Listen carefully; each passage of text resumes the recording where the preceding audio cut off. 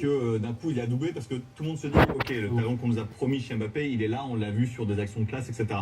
Si ça s'arrête vendredi, bah, finalement il y aura un grand match de Mbappé dans le mondial. Et juste pour répondre à la question, parce que être la star du foot mondial, d'accord, on sait qu'il va l'être, et peut-être même plus vite que certaines autres personnes avec qui il joue en ce moment au PSG aimeraient l'être. Mais bonjour Neymar. non, mais si tu te rappelles de 2010 ou 2014, les stars du mondial, c'est-à-dire pendant ces 4 semaines, c'est des mecs qui sont bons quasiment du premier match jusqu'à leur élimination. C'est Forlan avec l'Uruguay qui va se demi-finale, c'est Müller, c'est Rames C'est Neymar aussi en 2014. C'est Rames et Neymar en 2014 sont monstrueux, ils marquent des buts qui marquent les esprits.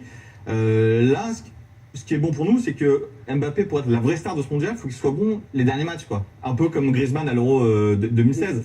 Donc voilà, alors évidemment, c'est extraordinaire ce qu'il a fait. Si ça s'arrête vendredi, la star du mondial, ce sera pas lui, ce sera peut-être Kane s'il met 9 buts. Évidemment. Voilà, ça peut être ça. Évidemment. Mais tu compares avec Griezmann, c'est intéressant. Parce que, et à l'Euro 2016, l'impression visuelle que laisse Kylian Mbappé, elle est extraordinaire, dans le vrai sens du terme. Celle de Griezmann, qui avait réussi effectivement un Euro formidable, elle n'est pas extraordinaire. Elle n'impressionne pas comme Kylian Mbappé impressionne ses pairs. C'est pas par hasard, hein, tous ces messages des anciens joueurs, ça vient pas par hasard. Ces gens-là, ils adoubent, comme tu dis. Et ils sont émerveillés. Ils ont conscience de voir éclore un phénomène. Et je pense que ça a du sens. Et Griezmann lui-même, il sait qu'il n'a pas le talent. Même les fans. Moi, hier, je suis allé à la boutique de la Fédé, la boutique officielle des Bleus, juste après le match. Et racontez-nous votre vie, allez-y. Et non, mais c'est intéressant parce qu'en fait, j'ai essayé de vous. Et le seul maillot qu'on ne peut plus avoir, c'est Mbappé. Il n'y a plus de flocage. Vous pouvez avoir du Pogba, vous pouvez avoir du Griezmann. Il reste des ramis. Des ramis, du Tovin, en veux-tu, en voilà. Même ça, c'est normal. Mais il n'y a plus d'Mbappé. Non, mais Et il est attaquant, déjà, vous avez quand même que les maillots des attaquants sont plus demandés. Mais Griezmann, il en reste, par exemple. Oui, mais par exemple, il faut quand même se rendre compte de l'impact de cette action qui a amené le penalty. C'est quelque chose d'énorme. Alors, à la limite, il n'y en a eu qu'une dans le match. Il y a eu cette action, non mais vraiment un impact extraordinaire quand tu vois la façon quand il accélère, qu'il laisse déjà 3 mètres au premier défenseur. On aurait dit un jeu vidéo. Et quand tu vois le défenseur accroché, s'accrocher derrière. Alors il y a tout ça, ça laisse une image, un truc de dingue. Il n'y a pas eu celle-là. Dès la 7e minute, il y avait son accélération. Je suis d'accord avec toi, mais quand même, quand tu vois, tu fais la comparaison avec Griezmann, moi je me rappelle quand même de buts exceptionnels qu'il a marqué quand il marque ce but du pied gauche, si vous vous rappelez, avec l'Atlético, je sais plus, c'était en championnat ou en Ligue des Champions. Oui, mais là on est en Coupe du Monde, c'est oui, mais la Ligue des Champions, vous savez. Et face à l'Argentine, la Ligue des Champions, vous savez que c'est bien que ça marque aussi son monde. Mais bon, attendons un peu quand même. Non, moi je te parle juste d'impression visuelle. Mais elle est normale. Moi je te dis pas qu'il va faire gagner la Coupe du Monde à la France, hein, pas du tout. Et ce sera difficile pour lui vendredi, et peut-être qu'il va passer à côté. Je ne retirerai pas un mot de ce que j'ai dit. Moi, nous on avait fait à l'équipe enquête un documentaire qui a été diffusé il y a 6 mois, où on a vraiment travaillé longtemps sur lui. Moi, après ce travail-là, je suis sûr qu'il ne peut pas rater sa carrière, à part une blessure. C'est pas possible. Parce qu'il a la tête. Moi, il me fait penser, il a la vitesse de Thierry Henry à 19 ans.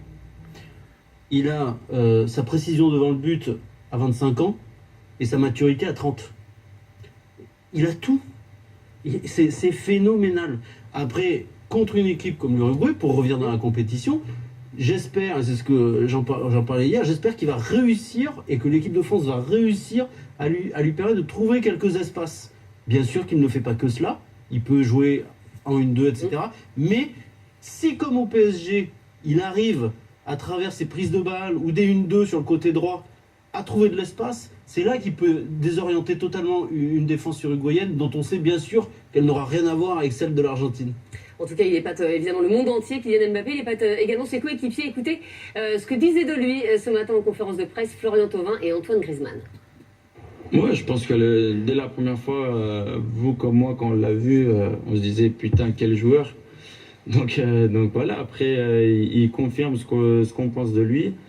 Alors honnêtement sur le banc, nous on était un peu choqués parce que c'est incroyable. Il est parti de notre camp, du milieu de terrain, il a fait une course de 50 mètres pour obtenir un penalty. Donc c'est incroyable. C'est incroyable. À un moment donné, je me suis demandé s'il était même pas en scooter sur le terrain, tellement il allait vite. Donc c'est incroyable. Ouais, sa pointe de vitesse, mais voilà, sa tranquillité de jouer ce match. C'est un 8e de finale. Il il a 18 ans. Et le mec était tranquille dans le vestiaire et dans le tunnel avant de rentrer sur le terrain. Donc ouais, c'est cette tranquillité aussi qui m'impressionne. Mais voilà, après c'est à nous de l'aider. Et voilà, en plus il a envie de travailler, il est à l'écoute, donc c'est super pour nous. Honnêtement, bravo, parce que ce qu'il réalise à son âge, un 8e de finale, marquer 2 buts, obtenir un penalty. Je lui ai d'ailleurs donné un nouveau surnom. Je l'appelle 37 maintenant, parce qu'il a fait une pointe de km/h à 37 km/h. Enfin, il était à 37 km/h, donc je lui ai donné un nouveau surnom. Et comme chaque lendemain de match de l'équipe de France, eh bien, écoutez, les professeurs de l'équipe d'Essel vont donner leurs appréciations sur les joueurs des Bleus. Voici tout de suite le conseil de classe.